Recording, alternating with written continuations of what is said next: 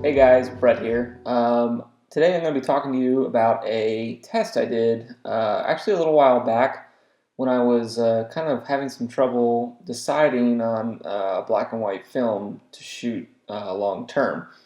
After kind of experimenting with several different films and different developers, I kind of had inconsistent results across the board, mainly because I wasn't shooting one film for a long period of time. So I decided to basically pick a developer, um, buy 5 different types of film for 100 speed and 400 speed, and shoot them with the similar settings and similar situations so that I could get a side-by-side comparison of each one.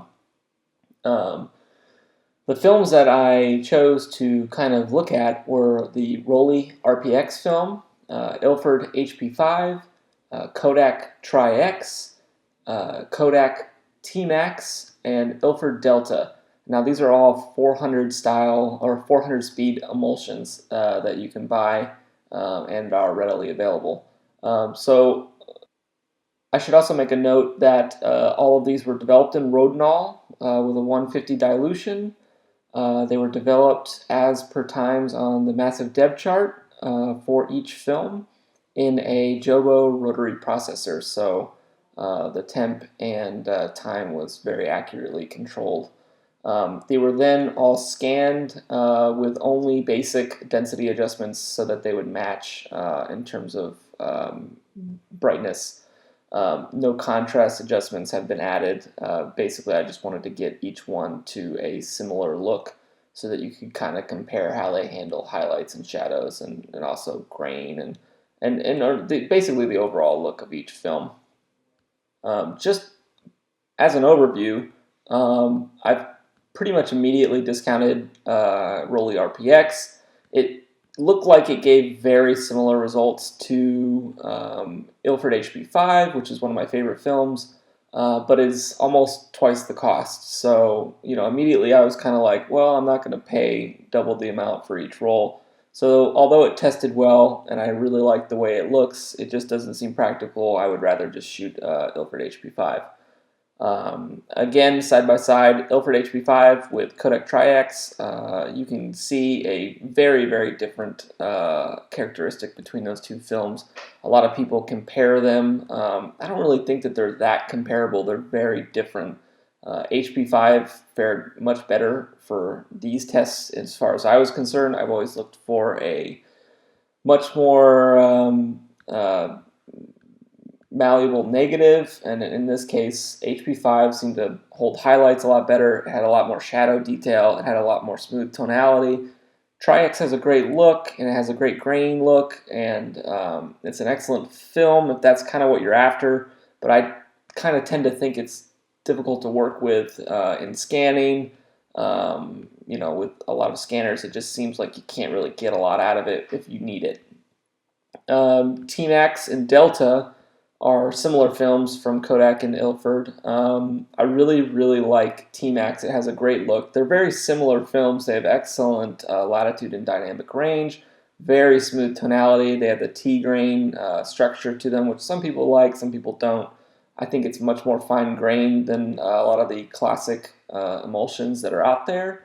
The one thing that sort of would settle me more towards Tmax was the times for Rodinal and development they're insane. They're very, very long. I think the Delta development was almost double what it was to develop Tmax, which it's just more wasted time developing film, especially when it yields a similar result. So there's an overview real quick. You can kind of give yourself an eye. Now we're going to look at each film individually. So first up, we're going to talk about Ilford Delta 400. It is an excellent film. I've shot this film against Tmax, and I've also shot it against Tri-X, and it has very, very good shadow detail. I mean, it pulls light up from when normally like Tri-X would just render it black. Like I said, it has very slow developing times in Rodinal, which is one of the reasons why I don't really use it all that much.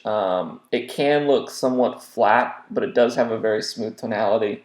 It does have T-grain, which some people like, some people dislike. I don't seem to mind it. It just, yields a different look. I think it's a better negative to work with. Also, comparing it to Tmax, they're very similar. I mean, they're both almost competing films.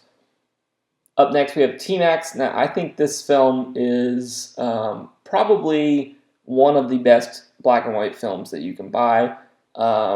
It has super smooth tonality. It's got a little bit more contrast than Delta. It develops really well. It's very easy to print and work with. You get a great flat negative to kind of put contrast into, or get a much more smoother tonality out of if you want that.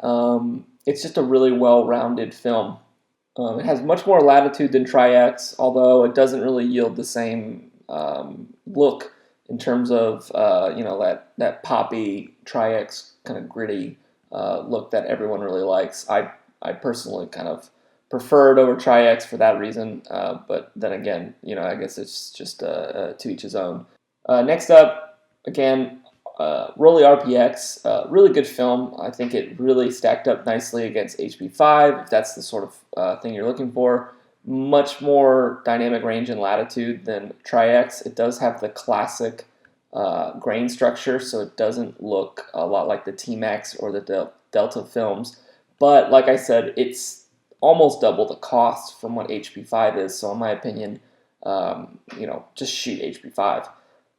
Now coming to HP5, this is probably my most shot black and white film. It's the classic grain structure, so you get a lot of that look that old black and white film has. It holds its highlights much better. It does really well. You can push it to almost 3200 very easily in Rodinal. It does kind of exhibit some grain when you do that, but it looks really nice to me. It's very sharp in Rodinal too. It has an excellent pop to it. It just kind of comes down to do you like the look of Tri-X, then shoot Tri-X. If you like having a little bit more to work with, HP5 is a much less extreme film than your Tri-X. And it's excellent value too. It's much cheaper. You can bulk roll it for almost $2, $2.50 a roll. A roll of 120 is excellently priced. It's a little under $5, so you get a lot of value out of shooting it. It's a very versatile film. Now to Tri-X. This film, I can't shoot it anymore. It's too contrasty. It's way too harsh in certain lighting situations. As you can see, I mean, it's out of all of them, it's really the one that looks very different. You can see it really loses a lot of detail in the shadows. It does not hold that well. Even on, you can see his shoulder starts to lose a lot of highlights. It has a great pop and a great grain structure and look, and it's got that, it's definitely like defines that classic black and white film look, but in terms of just the day-to-day shooting it, unless you can predict what lighting situation you're going to be under, I just don't really like using it. It just seems like it almost seems more like a slide film. When you nail it, it looks great. When you don't, it's super harsh and can be, you don't really get any leeway out of it in terms of being able to fix an exposure in printing or in scanning. It just starts to be difficult to work with. And in my opinion, I'm not usually going for such a harsh look that it can exhibit.